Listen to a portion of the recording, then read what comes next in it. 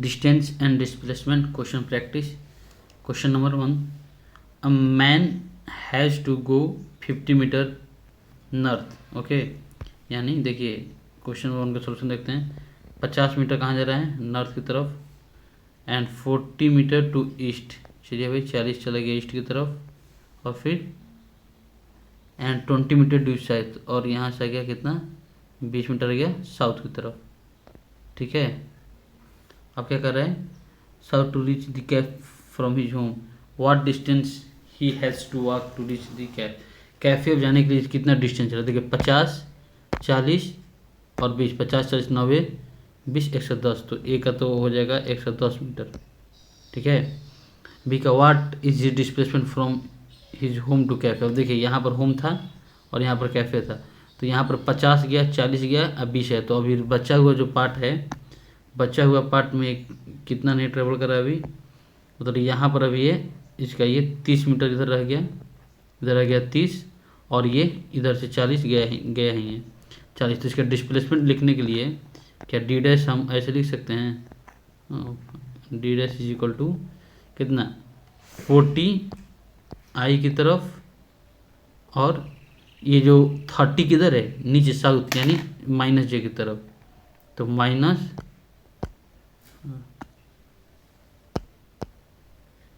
30 जे. तो इसके हिसाब से अगर निकाले तो ये हो गया डिस्प्लेसमेंट. अगर इसका मैग्नीट्यूड लिखना चले तो 40 और 50 दोनों ये 90 डिग्री में, तो इसका कितना आता है? 50 मीटर आ जाएगा मैग्नीट्यूड. वैसे ये वाला ऑप्शन करेक्ट है. इसका कितना हो जाएगा? 50 मीटर. आते हैं नेक्स्ट क्वेश्चन. सेकंड क्वेश्चन क्या कर रहा है? A person moves on semi circular track.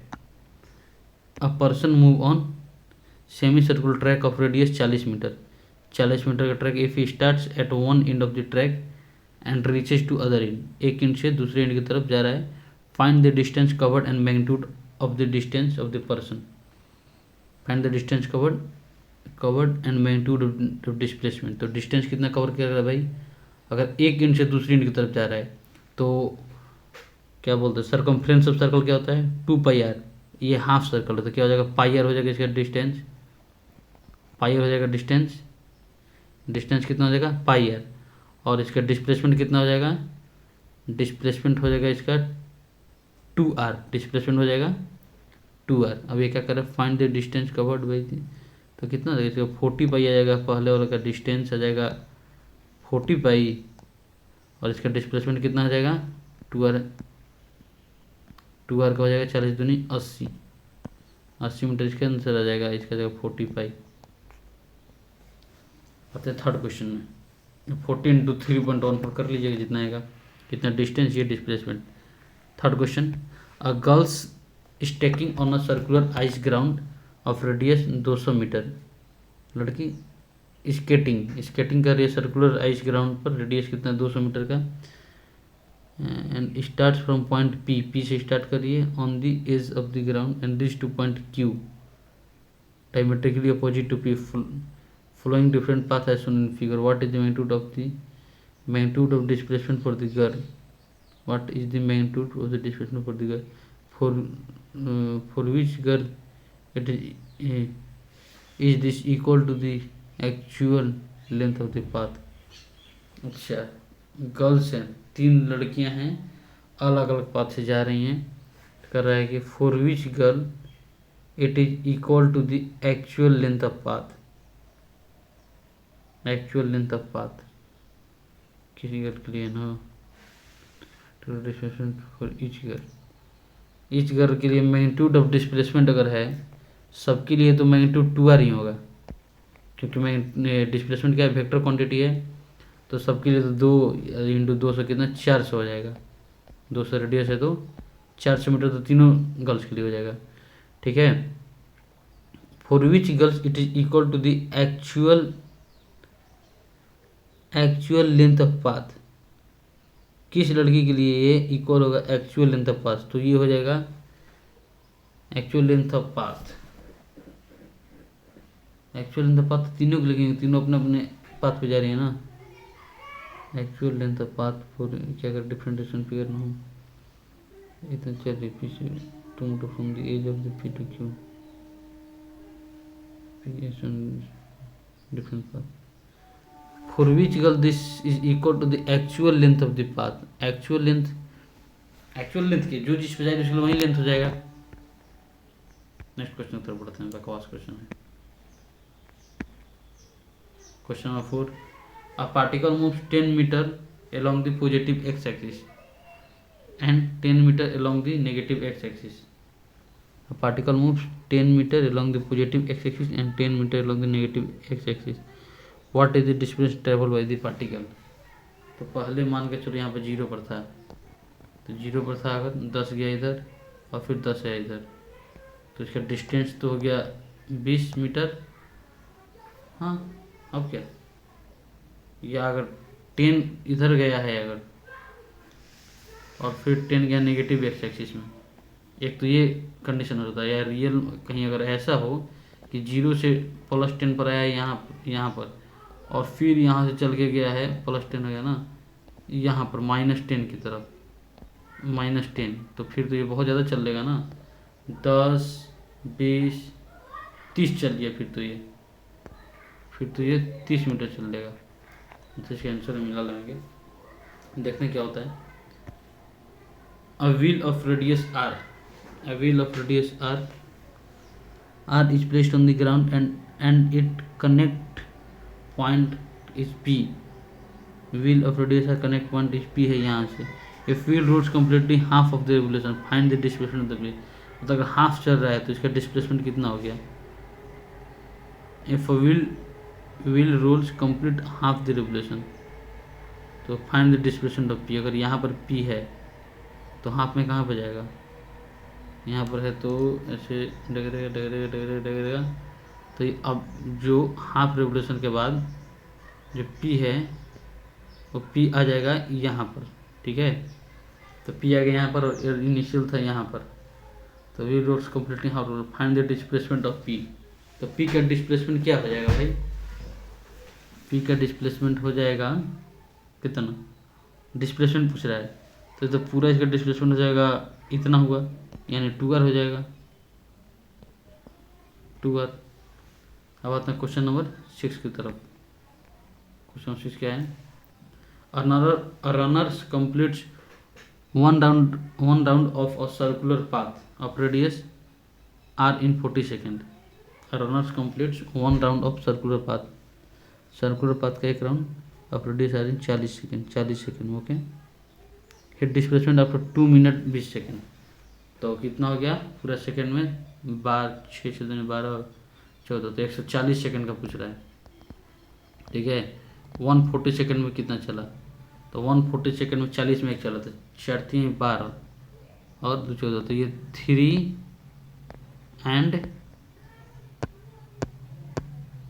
And half इतना चलेगा, इतना रेवोल्यूशन चलेगा। तो ही डिस्प्लेसमेंट आफ्टर, तो देखो 3.5 चला है तो इसका डिस्प्लेसमेंट कितना हो जाएगा, 3.5 चला, मान लो ए पॉइंट पर था, तो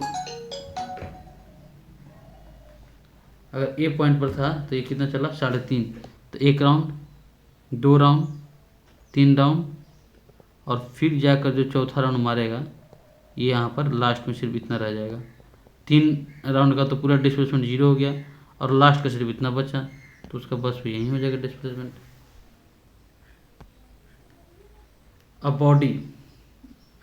body moves along a curved path of a quarter circle. एक बॉडी है, a body moves along a curved path of a quarter circle.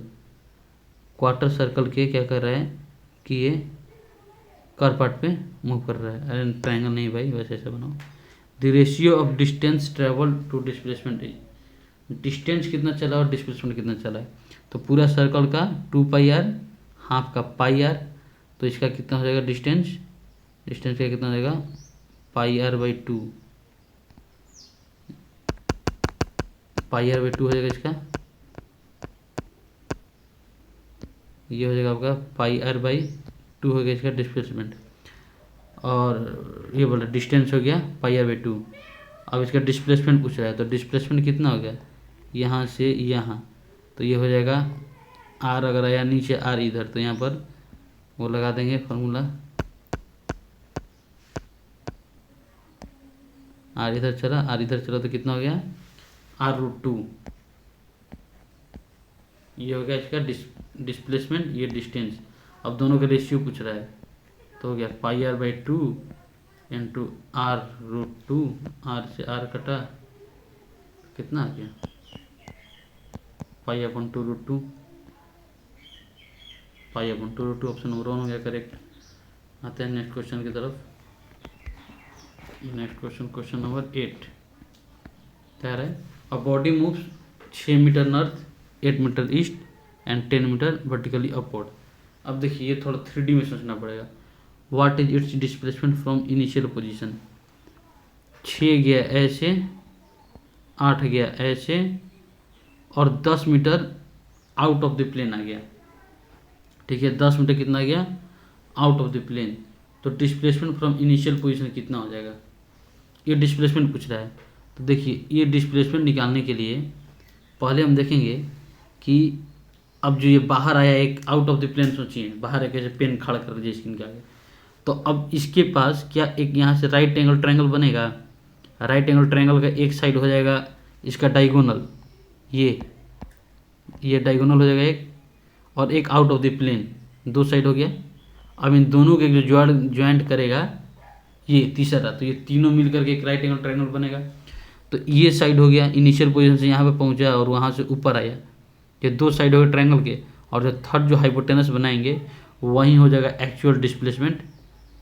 ठीक है, तो अब उसको निकालने के लिए क्या करेंगे, अब इससे ये वाला जो लाइन है और एक आउट ऑफ द प्लेन है, इससे एक हम लोग ट्रायंगल बनाएंगे। तो इसका ट्रायंगल मान के चलिए कि एक ये हो गया और ये एक हो गया आउट ऑफ द प्लेन वाला। ठीक है, तो इसको ये अब इसका डिस्टेंस कितना पहले ये निकालेंगे, और इसका तो 10 दे रखा है जो आउट ऑफ द प्लेन है, तो ये 10 मीटर है, 10 मीटर है ये। अब इसका निकालना पड़ेगा, तो इसका निकालने के लिए क्या करेंगे, एक 6 है और एक 8 है, तो 6 और 8 का डायगोनल कितना होता है, 10 ही होता है, तो ये भी 10 हो गया। तो अब ये जो 10 बना और 10 का जो आएगा हाइपोटेनस, इसका जाएगा 10√2। तो इसका ऑप्शन नंबर 1 इज करेक्ट। देखिए अब आते हैं नेक्स्ट क्वेश्चन की तरफ। क्या है, a person moves 30 metre north and 20 metre towards east and finally 32 metre in south west direction, the displacement of the person from the origin will be. देखिए ये भी बहुत बढ़िया क्वेश्चन है। ये तो पहले कह रहा है कि 30 मीटर चलेगा नॉर्थ और 20 मीटर टुवर्ड्स ईस्ट, 30 गया इधर नॉर्थ की तरफ और 20 गया इधर ईस्ट की तरफ। ठीक है, अब क्या कह रहा है कि finally 30√2 in south west direction, south west direction. इसका मतलब समझिए, अब 30√2 को अगर हम इसको 90 डिग्री में तोड़ें तो कितना आ जाएगा, 30i 30 जैसे करके दो, मतलब दो डायरेक्शन में 30 में ये स्प्लिट हो जाएगा।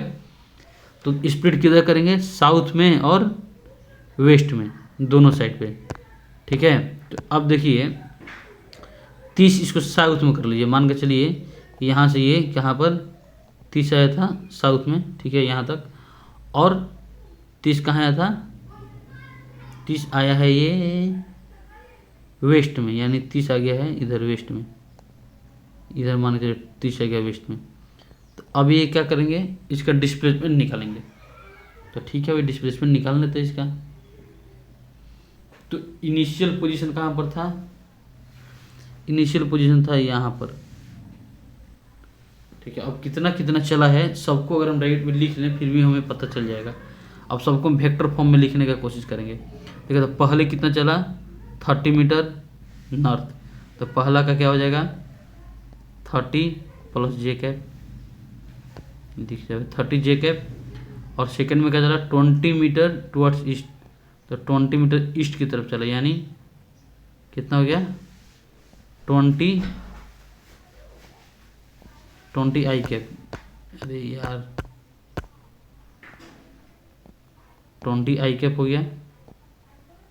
ठीक है, 20 आई, और फिर क्या चल रहा है, अब 30 जा रहा है साउथ की तरफ, 30 वेस्ट की तरफ, तो 30 साउथ की तरफ गया तो -30 जे हो गया, और 30 गया वेस्ट की तरफ तो -30 आई कैप हो गया।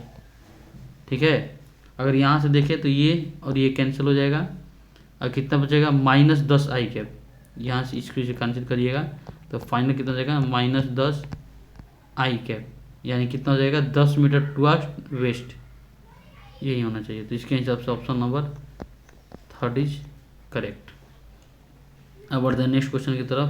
Question number 10, a hall has the dimension of 10 10 10, the fly starts at one corner, a fly starting at one corner ends up to a diagonally opposite corner, the magnitude of its displacement is nearly।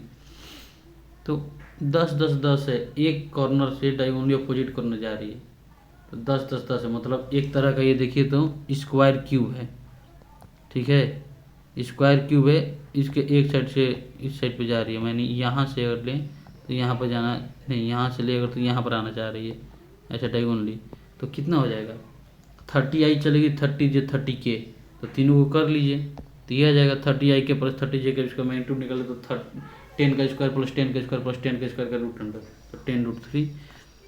Question number 11, a particle start from origin से start कर रहा है, moves in a straight line in a XY plane, XY plane में move कर रहा है, ठीक है।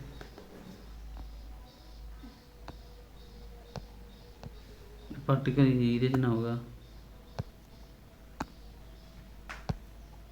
नहीं हो रहा है, छोड़ो।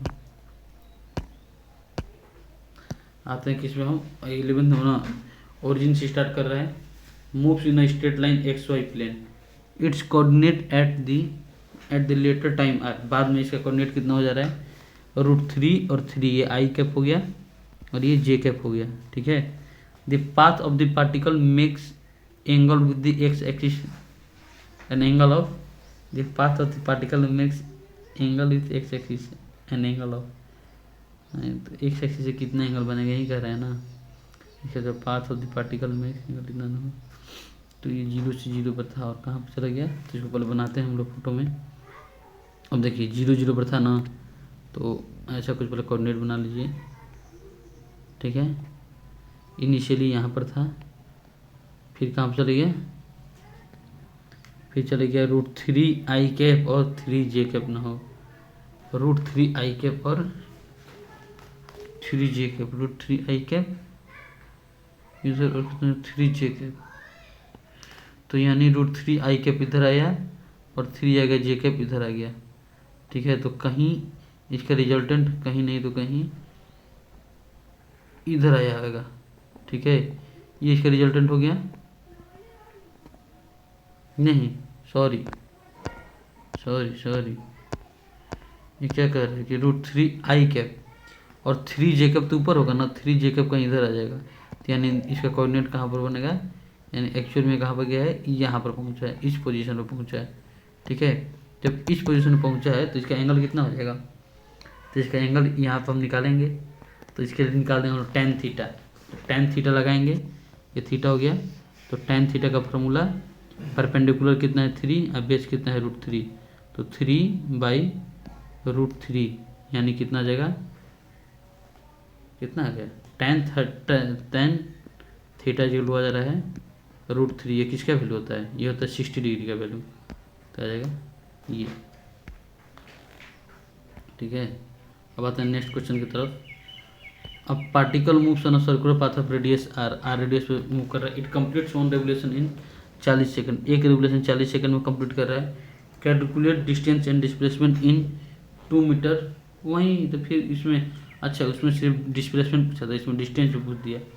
देखो भाई डिस्प्लेसमेंट तो इसका हो गया 4 3 12 2, आधा सर्कल चलेगा, ये आधा सर्कल चला तो ये तो भाई फिक्स है किसका, ये तो 2r होगा, तो 2r तो सिर्फ इसी में है, तो ये हो जाएगा। और डिस्टेंस कितना हो गया, 3 सर्कल का 2 2 4 2 6 और एक आधा वाला 6 1 7 हो जाएगा, 7πr, तो ये ऑप्शन नंबर ये हो जाएगा, हो गया कंप्लीट एक्सरसाइज।